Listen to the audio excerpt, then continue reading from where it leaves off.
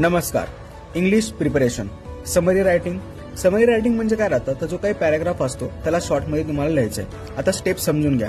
Paragraph read करताना जे points तुम्हाला मेन वाटतील त्यांना अंडरलाईन करा.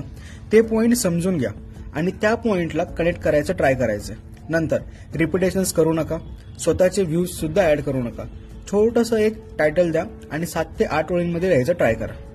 एक सॅम्पल घेऊ म्हणजे कन्सेप्ट अजून क्लिअर होईल. बघा, या पॅराग्राफमध्ये मला काय दिसतंय तर 3 फेजेस होत्या. पहिल्या फेजमध्ये सचिन रमेश तेंडुलकर सरांची बेसिक इन्फॉर्मेशन, नंतर करिअरची इन्फॉर्मेशन आणि नंतर त्यांच्या अचिव्हमेंट्स. आता इन्फॉर्मेशन काढताना मी त्यांचे मेन पॉइंट्स मार्क केले आणि त्यांना इंटरलिंक करायचा प्रयत्न केला.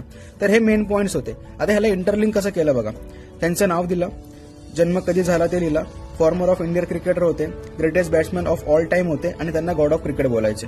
नंतर सेकंड फेजमध्ये काय दिसतंय आपल्याला तर त्यांचा डेब्यू कधी झाला होता, त्यांच्या अचिव्हमेंट्स होत्या. सेम त्याच्यानुसार सिंपल सेंटेन्स केलं, अचिव्हमेंट्स दोन्ही लिहिल्या.